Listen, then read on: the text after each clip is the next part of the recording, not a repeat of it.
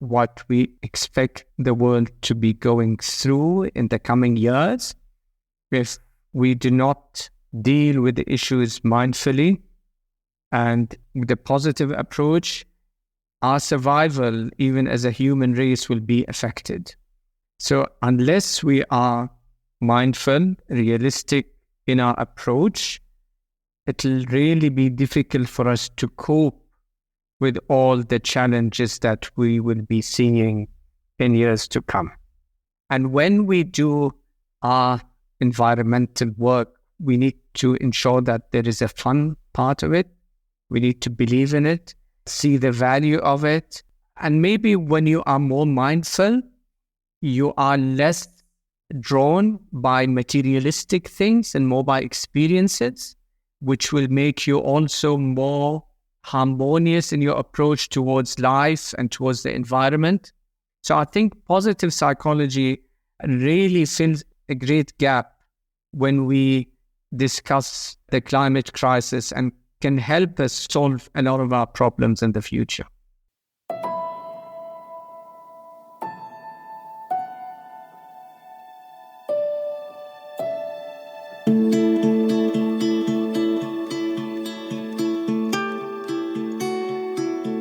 Welcome to the Earthkeepers podcast. This podcast is for people who seek new and better ways to love and care for the earth. It's a podcast for anyone who is deeply concerned about the harm being done to the environment on a local and global level. It's a podcast that builds community and connection between people of like heart and mind, people who believe that earth care should be integrated into every aspect of life, and for many in the Earthkeepers community, that includes our spiritual lives. Welcome, friends, to the Earthkeepers podcast. What are the earthkeeping challenges in a place where human beings have been impacting the environment since the Paleolithic era?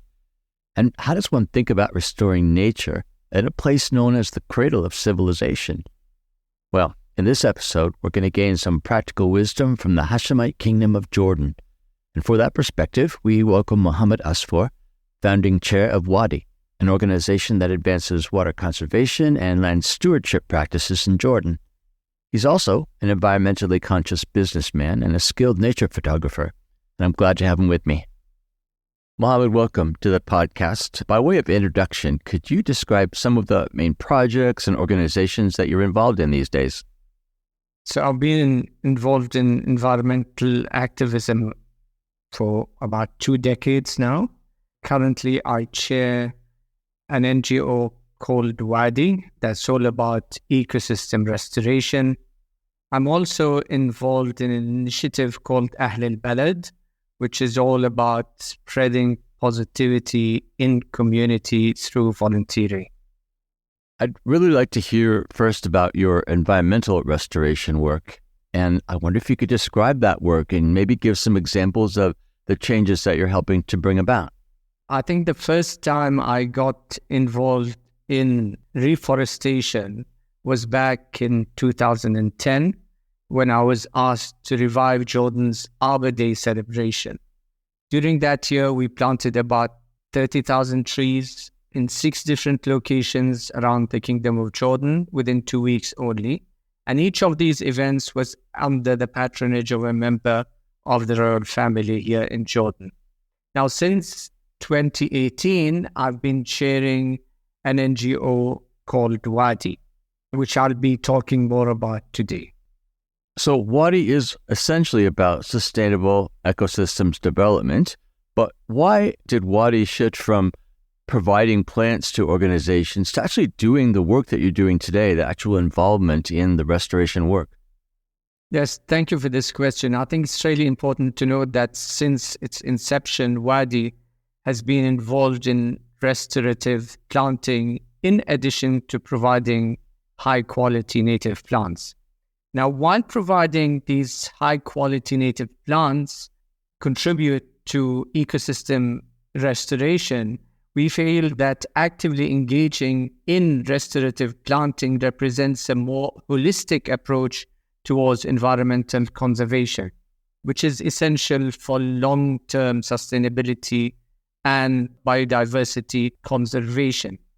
Restorative planting requires a long-term commitment to ensure the survival and growth of the species we plant. Therefore, it demonstrates our dedication to ecosystem restoration over an extended period, which is really crucial for achieving our restoration goals, allows for adaptation to changing environmental conditions. Now, as ecosystems evolve and face new challenges, we can adjust our strategies and species selection to better support the ecosystem's resilience. And remember, now we are in an age of climate change. Restoration is an opportunity also for educating people and engaging them, and it involves a lot of collaboration with local communities and volunteers. By actively engaging them all in the planting projects we have, we can build strong bonds with the communities we work with them and encourage collective action for environmental conservation. This engagement can lead, of course, to more sustainable behaviors and will help us advocate for environmental protection. Could you give us a sense of what maybe a typical project might look like, the kinds of things you're doing on the ground? We manage several nurseries around the kingdom which produce native plants. Now, depending on where the restoration takes place, we start our planning through collecting seeds from a similar environment. It takes about a year for them to germinate, and then we usually plant them in the selected site in collaboration with the local communities. So wherever we function, we have someone from the local community working with us. We also work with CBOs and so on. And they help, of course, in preserving the site in the long term. So you noted a couple of things that are really interesting to me. First, you said that you're collecting seeds from similar habitats or similar environments.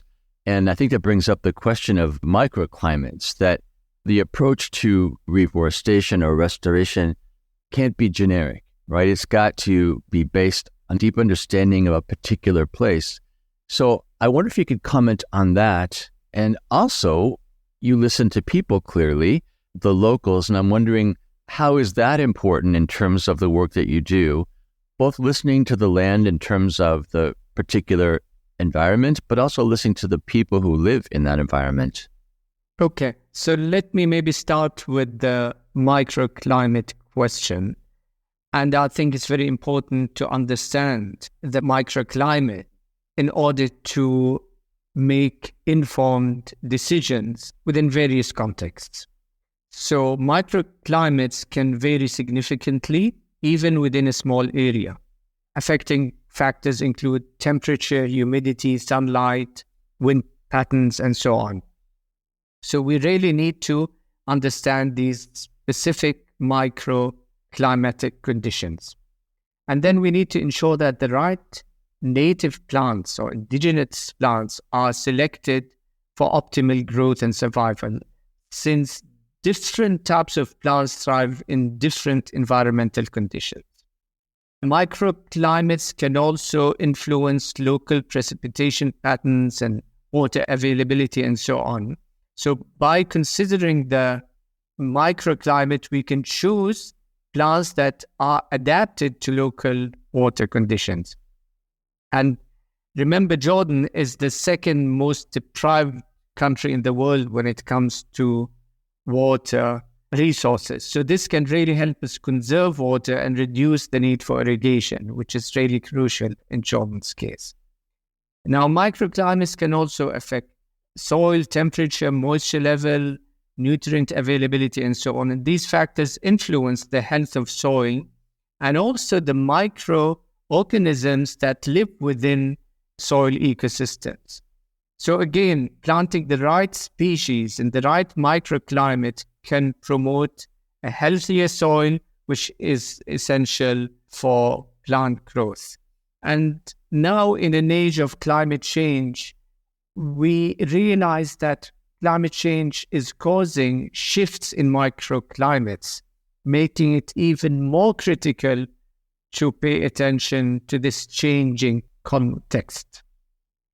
Now, you also asked me about listening to the land and listening to the people and how that works. Now, you know that listening to local people is really essential for the success and sustainability of any restoration project, be it in Jordan, be it in the Amazon, be it anywhere in the world, because it helps us tap into local knowledge. It also builds community support. It enhances project feasibility. It helps us understand and respect cultural values and fosters long-term stewardship of the restoration site. Now, if we ignore or disregard local perspectives, we will most probably face resistance, and we will certainly fail to meet community needs, and we will struggle then to achieve our ecological and conservation goals. So we really need to work with local communities and understand their perceptions as well. Now, it's really important to work with local communities because they often possess valuable knowledge about the land itself, its history, and its natural resources. I was in southern Jordan in a very arid zone, desert, and a professor of archaeology led me to an olive press. And he was telling me, he was from that region, he was telling me that 700 or 800 years ago, this environment sustained enough olive trees to produce olive oil. So imagine the shift in the environment. But if I hadn't met that professor who was from that region, I wouldn't have known that there were olive trees in this unhospitable environment. I would imagine that part of the job of restoration might include some education as well, because it's not always clear in restoration projects, maybe even to the people who live there, what are the ultimate values, what are the ultimate goals that are being pursued. And so for someone, say, who is struggling to make a living with goat herding, for example, that might be difficult if they're allowing the goats to graze in the same place that the restoration is happening. I mean, the fact is our goats need to eat, right? And so that may interfere actually with the long-term sustainability goals of the project itself. So how do you actually convince people and even educate people about the goals of the project and even about the long-term sustainability factors? I will not draw a rosy picture here because this is something that is really difficult to achieve, because in many cases, these herders would earn their livelihoods through grazing this land as they have done for maybe thousands of years. And because Jordan has been cradle of civilization and has been exploited by people for over thousands of years, the environment has been degraded to a great extent. And if we are to restore this environment and state whereby herders could still earn a living, we really need their buy-in. And this, of course, requires, on one hand, a lot of dialogue taking place, a lot of subject-subject dialogue. And having worked in the development field for many years, I don't think that his subject-object relationship ever works, because we really need to understand their concerns, understand their local knowledge, and where they come from. So education is one part of the formula, but the other is incentives. So if you come to a herder and say that, sorry, you cannot graze in this patch of land, what's the alternative you are providing them with? So there's also the economic factor that really needs to be considered. Just to reach the point where the ecosystem has been restored to the level under which they could graze again. And I think these few years are the most critical years after which the community should be involved in managing their pastures internally. You know, in so many of these podcast conversations, I find that people who are committed to working for environmental concerns are oftentimes motivated in great part by their love of nature. I'm wondering if you could tell us about your relationship to nature and how that impacts various works that you're a part of. I have a story to tell, I think. When I was 6 years old, my father decided that he was leaving the city and building a home on a family farm, which was in a suburb of the capital city of Jordan, Amman. But what happened in Amman is that it expanded so rapidly that civilization was approaching us quickly. So I remember when I was 6 years old, the municipality decided they wanted to expand the street in front of our house. So I just clung to a tree, and it was the first tree I ever hugged. And I still remember that day till this day. And it's been really important to me. When I was 9 years old, I started recording all the different birds I was seeing. Now, we are privileged in Jordan in being on the second most important bird drought in the world. So there is this possibility to see various types of birds. So when I was 9, I started recording them. My grandfather was also interested in farming on the side as a hobby. So we always used to go to farms outside the city and so on. So all of this, my parents, my upbringing, my grandfather, etc., all helped me maybe establish this bond with nature, which grew with time. So when I received my driving license, I used to go out to the wilderness, take photos. And I think there was a stage where I was seeing how urbanization was affecting nature. So I thought that I had to really document whatever I see. So I've ended up maybe with tens of thousands of photos of nature in Jordan, and I continue to do so till today. So speaking of photos, I looked at some of your beautiful photographs, and I find some of them to be quite moving. Those images, they make it clear that photography is deeply connected to your work as someone who cares for the planet.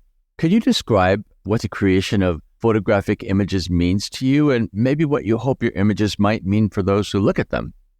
Yes, I think it's about bringing the beauty of nature to people, because not everyone has the time or the mindfulness to spend time looking for insects or birds or plants. So when you tell people that there is a different world out there, it helps also in a lot of our advocacy campaigns, like when we used to wage forest protection campaigns.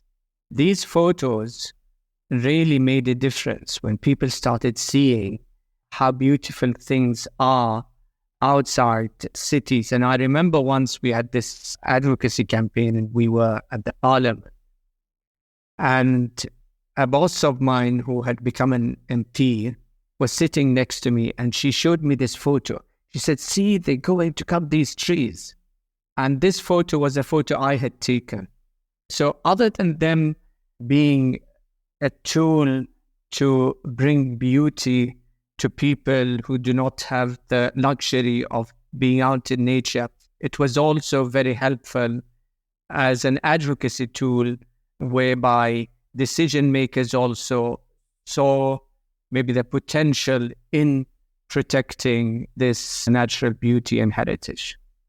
One of the core beliefs that shape our podcast is that we all need to learn new ways of thinking and acting by listening to difference. That is, we become better earth keepers if and when we open ourselves to new understanding, new perspectives from a diversity of different cultures or geographies or religious traditions and histories.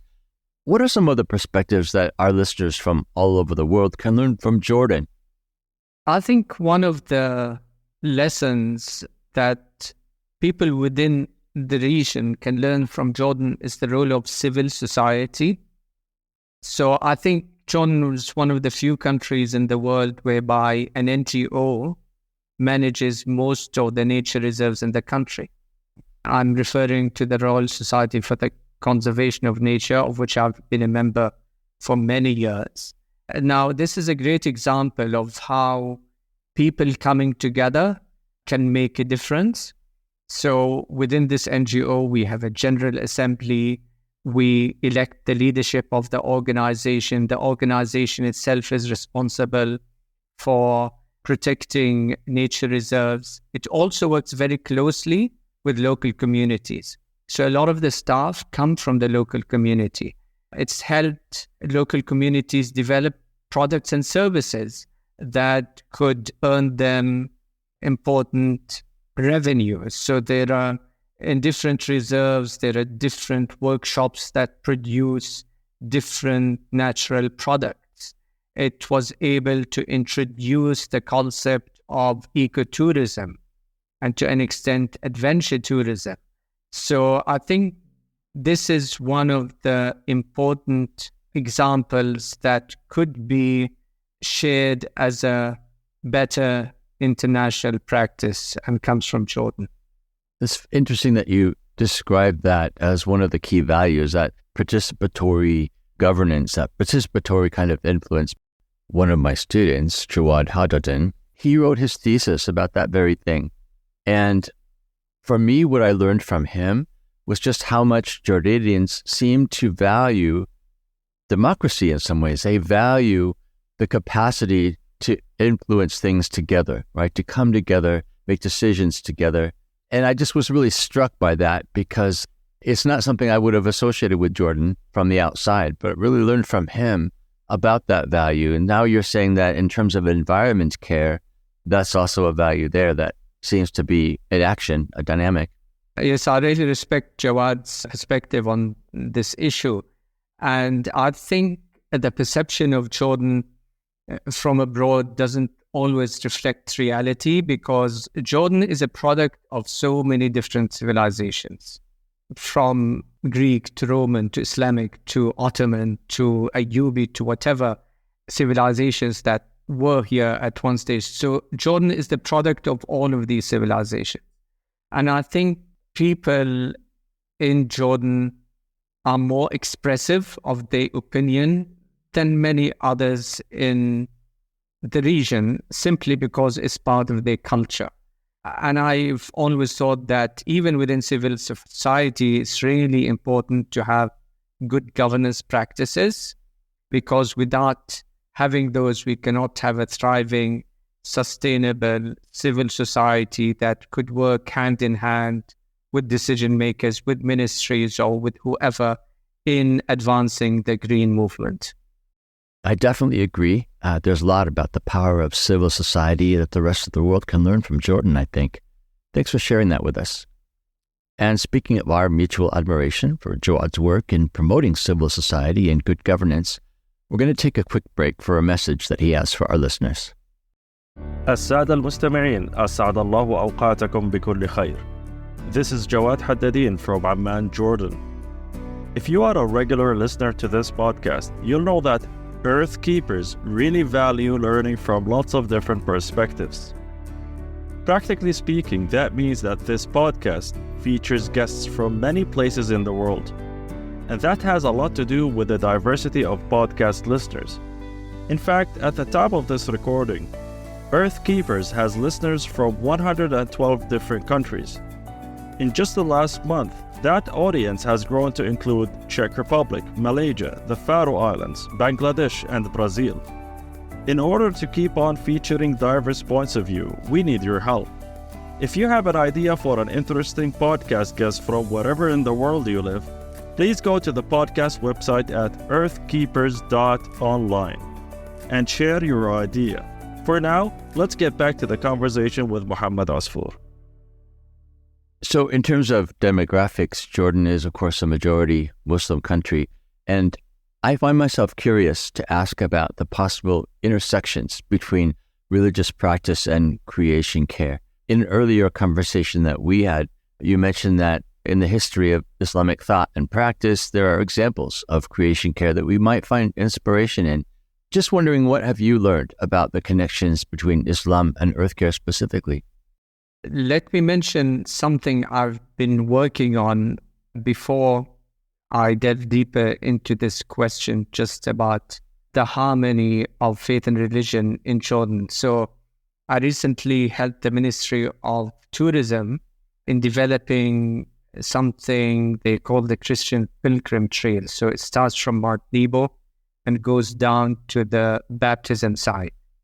And along this trail, you can see how many civilizations lived in this place. You can see in the archaeology remains of all the monotheistic religions. So Jordan is in a way the birthplace of monotheistic faith.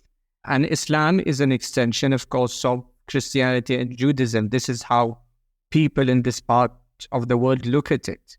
Christianity and Judaism is also looked upon as part of our heritage. So there is this belief, and it's widespread. Now in Islam, there is this issue of custodianship. So God created earth and the universe and provided means of life for the survival of people, but God also entrusted them to take care of his creation. And there's a verse in Quran that translates into this: God has set up the earth for all beings, but weigh things equitably and skip not in the balance. So there is a balance that we need to take care of. Although this, from a religious perspective, was provided to human beings, it's not without a responsibility.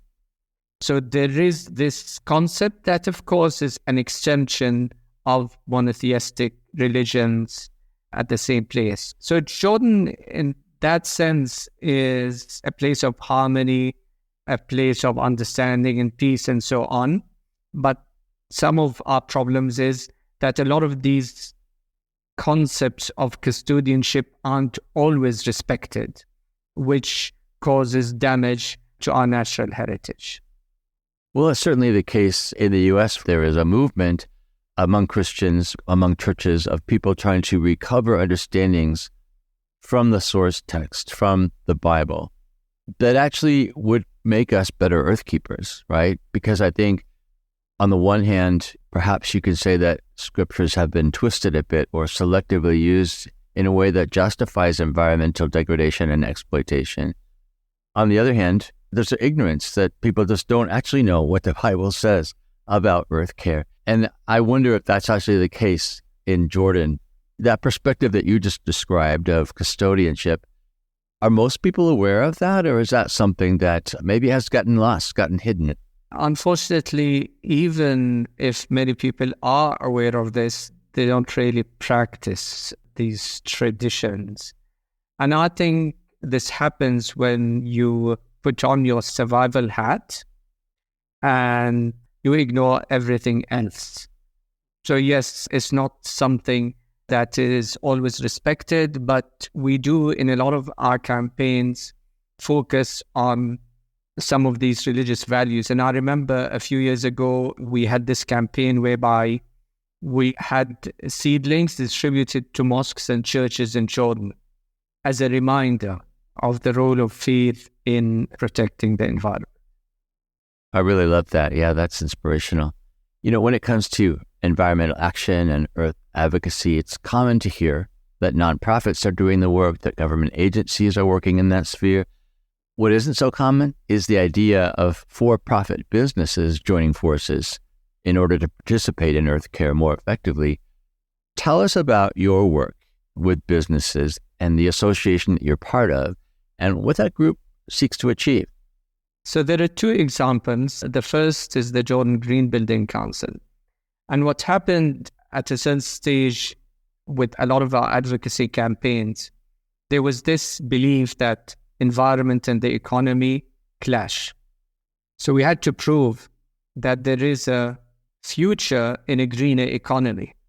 And one of the ways through which we demonstrated this was through the creation of the Jordan Green Building Council, which was an association of companies working in the field of green buildings.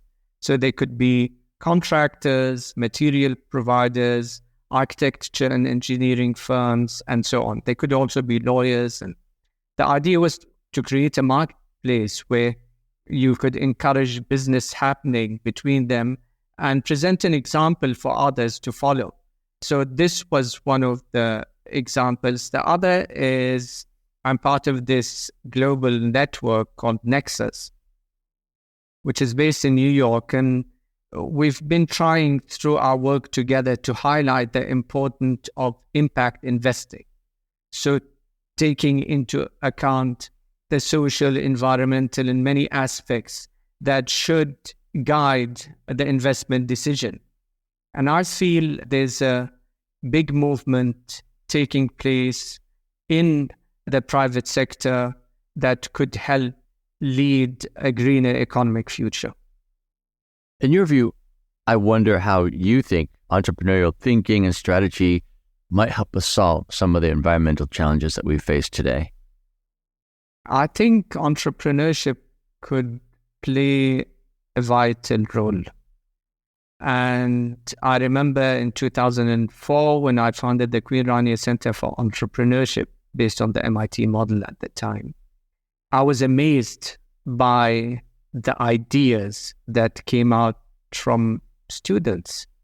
So all what it needs, I think, is creating a conducive environment in which people or entrepreneurial ideas could flourish. But I also am against spoon feeding. So I believe that entrepreneurs need to be realistic in their approach towards the market and respond in a way that would guarantee business opportunities succeeding. Because what in many cases, entrepreneurship has become a myth. So there is a solution in supporting entrepreneurship, but we really need to be market responsive and realistic in our approach to creating products and services that could help us solve our environmental and climate issues. I am imagining that folks who might be involved in business in terms of listening to this podcast, and maybe they're wondering, what does that actually look like to orient enterprise, orient business in terms of earth care, in terms of making the earth a better place, while at the same time respecting the basic tenets of what makes business work? I've been in this field for a long time, and I've seen solutions coming up. I've seen opportunities. I've seen so much happening. But I think what we are missing on is changing our behavior. Believing that there is a solution, that we can change the way in which we live, in the way we do business, in the way we travel, name it.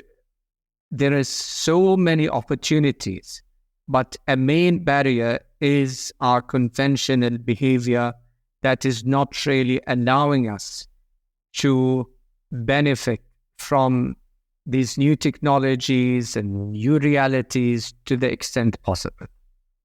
Now, you yourself are a business person, and I wonder if I could push you a bit to say, what does that actually look like in terms of the business involvement that you have? I'm at a stage where I translate everything into carbon. When I drive my car, or I go from one location to another, when I travel to another country to speak. And in many cases, I'm not really happy with what I'm doing, but I'm trying to change it. And I try to also offset whatever impact I am causing, any harmful impact as an individual or as a company I'm causing. Now, also coming from a family business, it's not just about me. It's about others.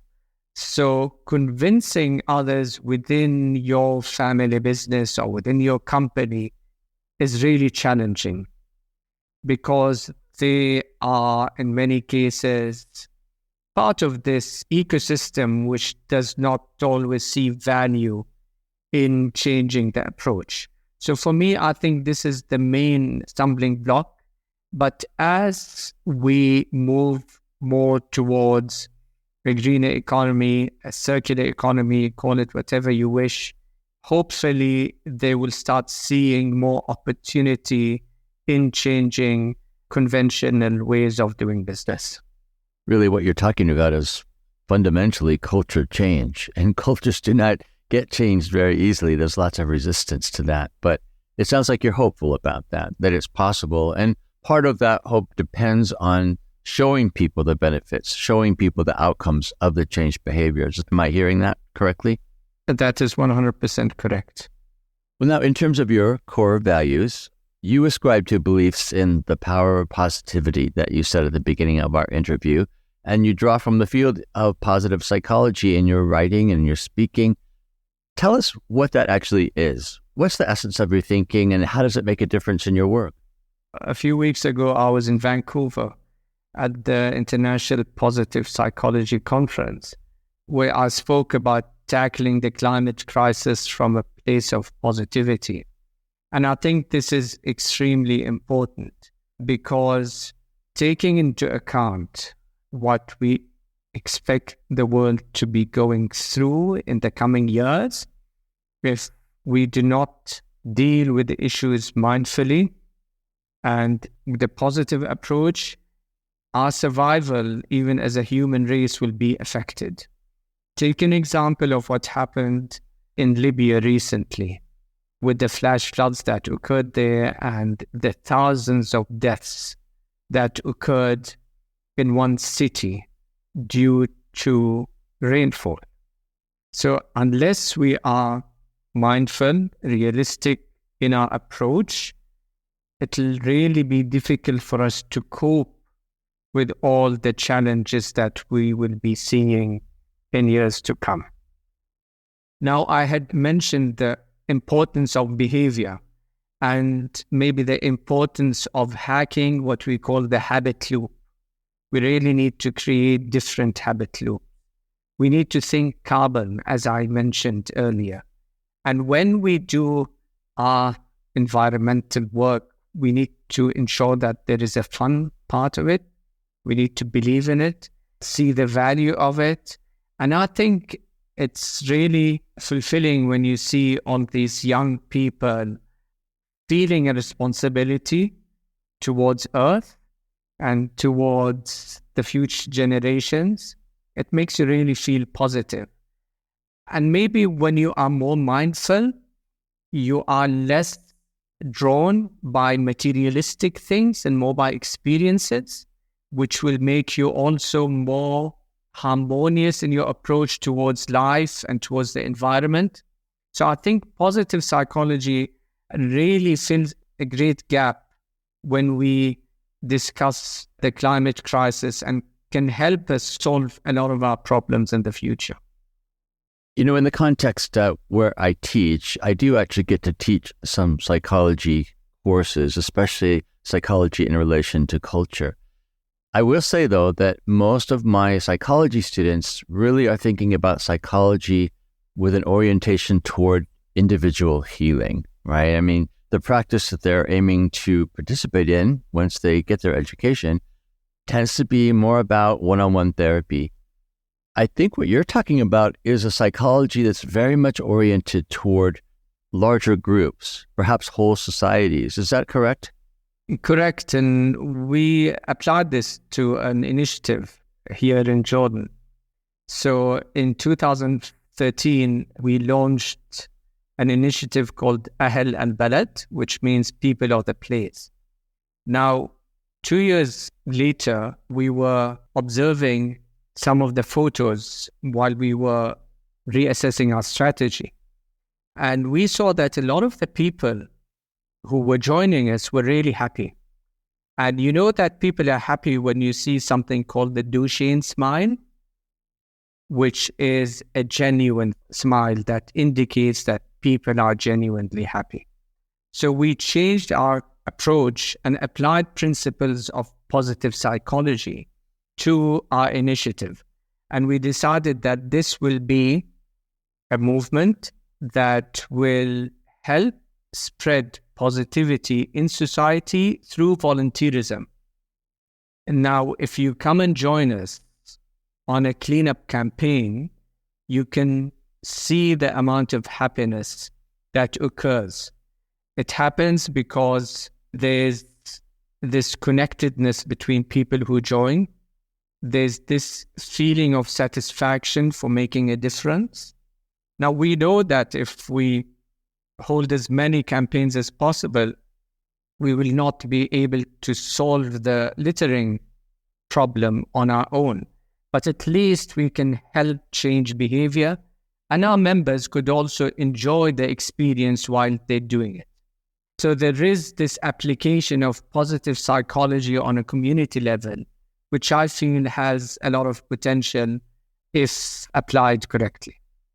It makes me wonder about a concern I have, think about quite often, and that is, especially among younger generations, there seems to be quite a bit of despair. And if it's not outright despair, it's perhaps numbness that people are just trying to avoid thinking about the future that lies before them.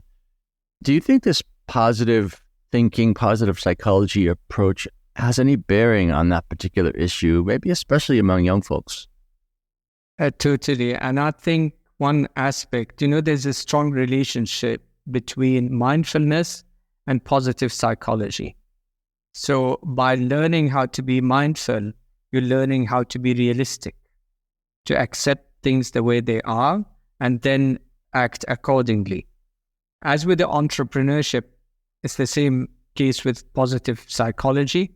The same word means different things to different people. And I think sometimes people shield themselves from reality by pretending to be positive, and that's not about being positive. Being positive is about being open and realistic and accepting things the way they are, and then trying to change them and set the intention to create change. So there's a big link between having the young generation understand what's going on and encouraging them to make a difference, because if we do not deal with the climate crisis, with environmental challenges appropriately, then things would not be as positive as we hope them to be. I know that for some of my psychology students, they would be very interested to learn more about this, but I think in general, this is an intriguing concept, positivity. And I wonder how might listeners learn more about it if they actually want to pursue that? Yes. Now, in general, it's a new field that requires a lot of research. So the amount of research there, I think, needs much more work. But there are many authors who've written in this field. So I can mention here people like Martin Seligman, Barbara Friedrichsen, who taught me. She came up with the positivity ratio theory. Then there's Dr. Tayyab Rashid, who also worked with Professor Seligman and so on. So there are a lot of scholars now who are changing the way we look at psychology in general. And I think there's a great opportunity to learn from those people and also to build your own research, because there's still a lot that needs to be verified and proven scientifically. So yes, a lot to be done. When it comes to our climate future, I'm wondering how this applies to you personally. I want to ask, are you hopeful? But that's not exactly the question I want to get at. Maybe I should say, in the face of all the challenges that we face today, what is it that sustains you, motivates you, keeps you pressing on in the work of Earth Care? I think when I'm in nature and I observe wildlife, I indulge into that natural world, see what could be lost. I feel this sense of responsibility sometimes things might seem frustrating, but then you need to sustain that drive. And part of the sustenance comes through being with people who share your passion, such as you, for example, and who feel we can still make a difference. And this is why surrounding ourselves with people who share this passion is extremely important as well.